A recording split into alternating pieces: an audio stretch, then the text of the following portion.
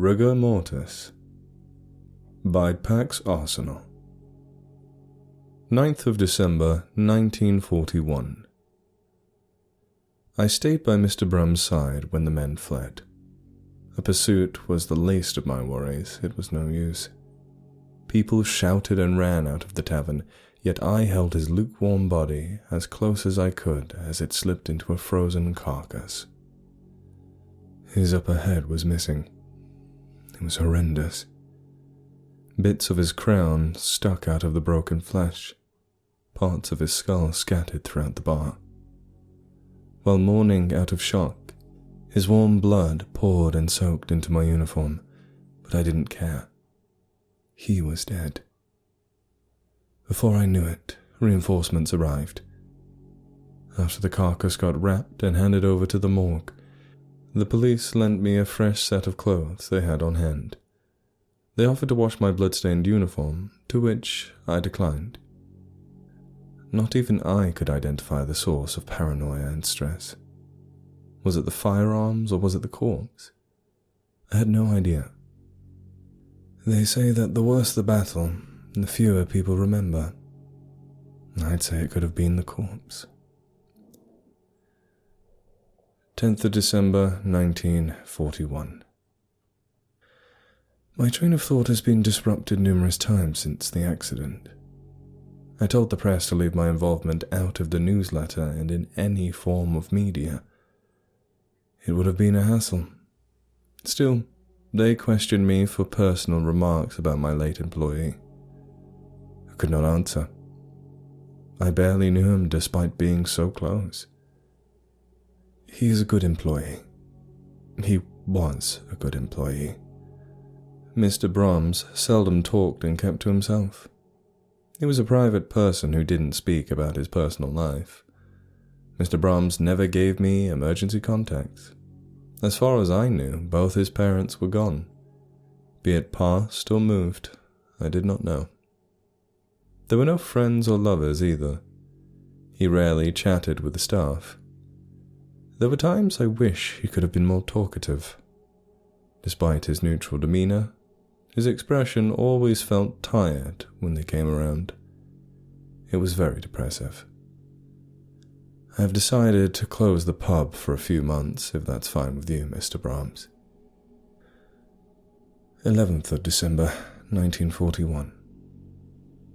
Noticing as I was the only one who held accountability for his demise, there was a price to pay. As a failed manager and employer, I chose to play kin and attend the appointment at the morgue. I attend the morgue the next day. Upon signing Mr. Brahms' papers, they asked me if I wanted a burial or cremation. I answered cremation. As much as I desired to bury them, money became scarce as inflation rose. Besides, cremation was indeed cheaper and required less work to manage.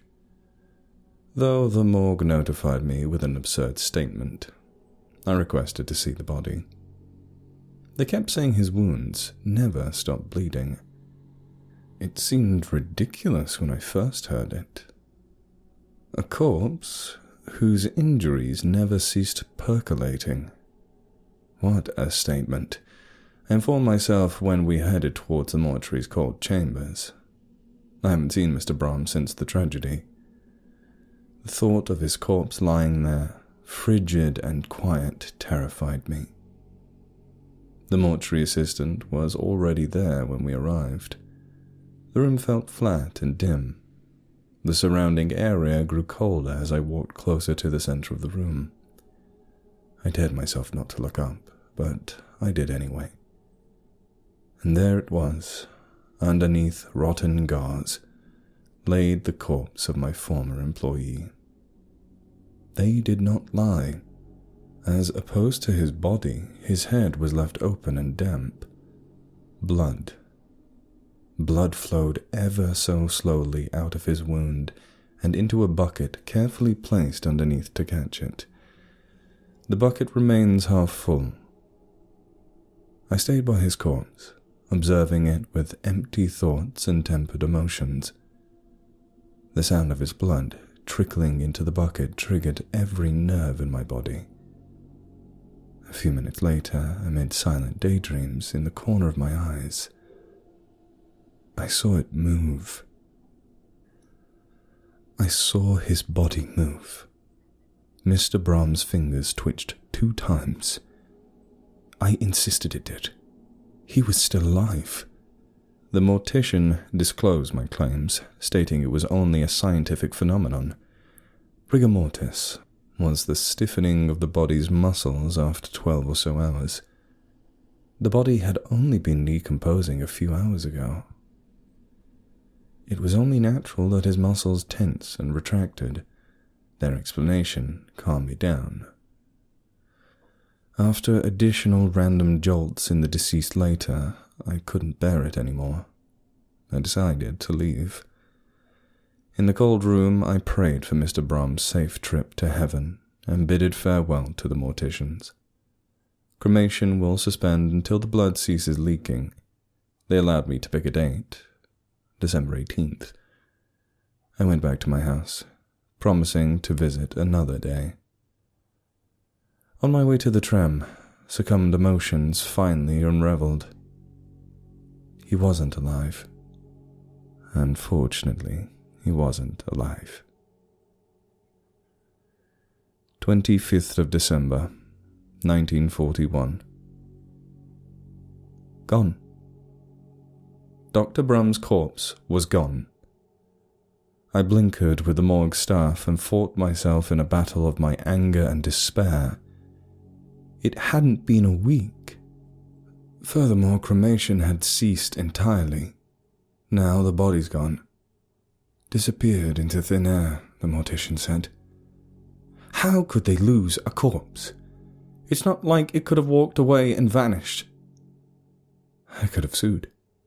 But my emotions got the better of me as I sulked, waiting for more solemn to fill my mind.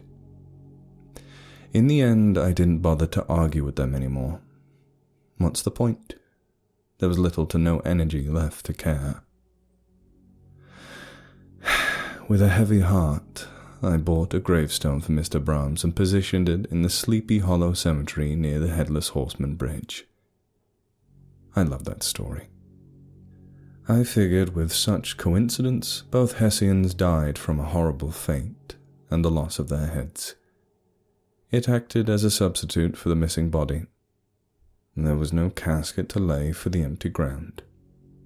A few people attended his funeral, co-workers, acquaintances of the deceased, and such, but never kin or true friends. 28th of December, 1941. I saw him in the hallways. I found his corpse. Mr. Brahms stood in the hallways, slightly swaying as if getting used to the new balance. His corpse darkened in a grey hue and his body remained stiff. Thick blood spilled out of his gaping wound, though strangely enough he had his old uniform on, though I didn't question it further. However, I discovered smoke coming from his throat. Why? How? I'm uncertain. No matter, I was happy to see him. Did I blame the devil's necromancy for such a miracle? Or had God become generous with my prayers? I might as well waltz with death to thank grace for my irresponsibility and inconvenience. At last, I am at peace. He disappeared in the day once I opened my bar, then returned at night. To this, I worked out a routine for me to manage him and the tavern. I didn't disclose his information to anyone, not even the staff. I tried to communicate with him.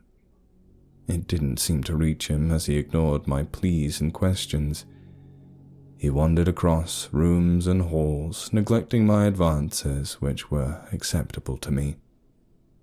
His closed hands flinched when I attempted to touch them. Mr. Brahms could have been nervous since his return. I left him to formalize his settings again. 16th of February, 1942. There was a corpse in the hallways.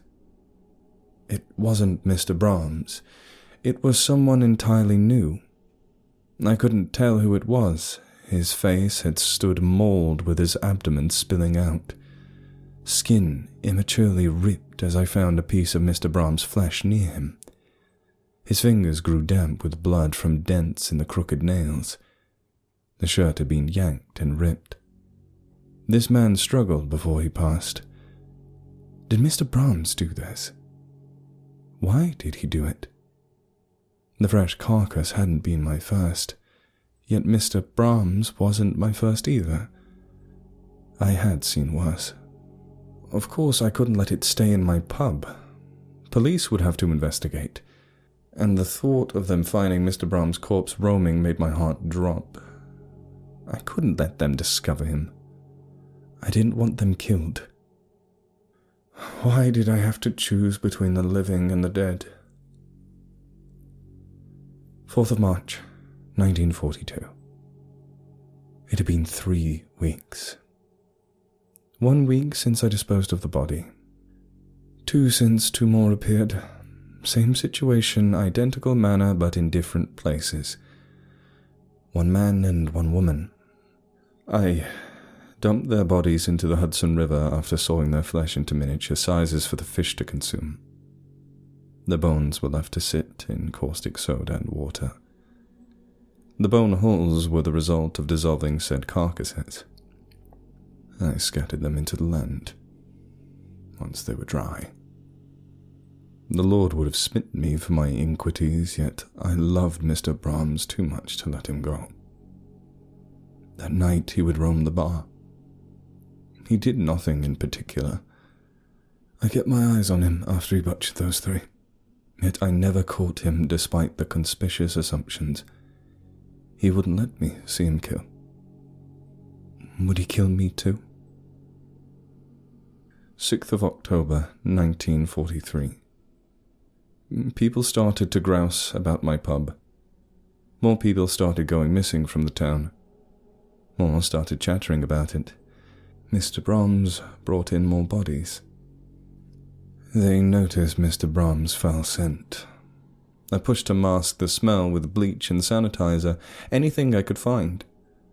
The blood had been challenging to deal with.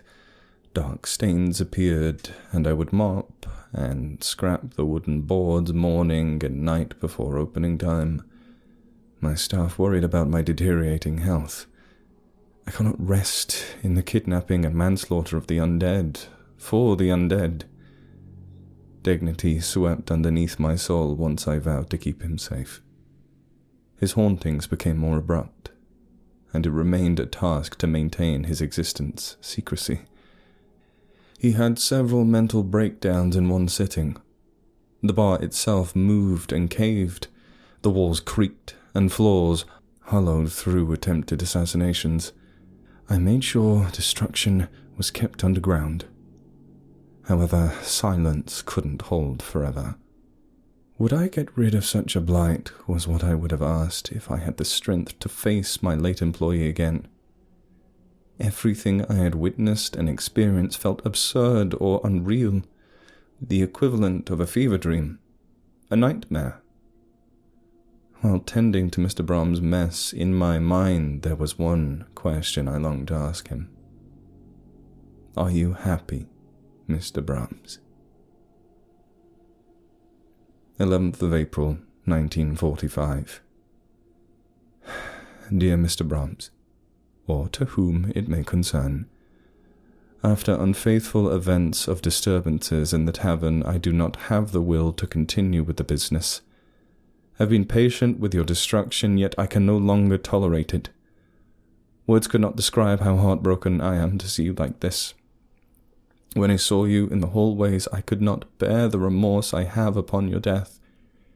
Your return from the dead had me on my knees. I was happy. But I will not come back. Haven's Bar will be your paradise and property when I am gone. She will be your home. Please, take good care of her. You were a good employee, Mr. Brahms. May God forgive our sinful hearts. May he forgive you too. Sincerely, Walter Osborne.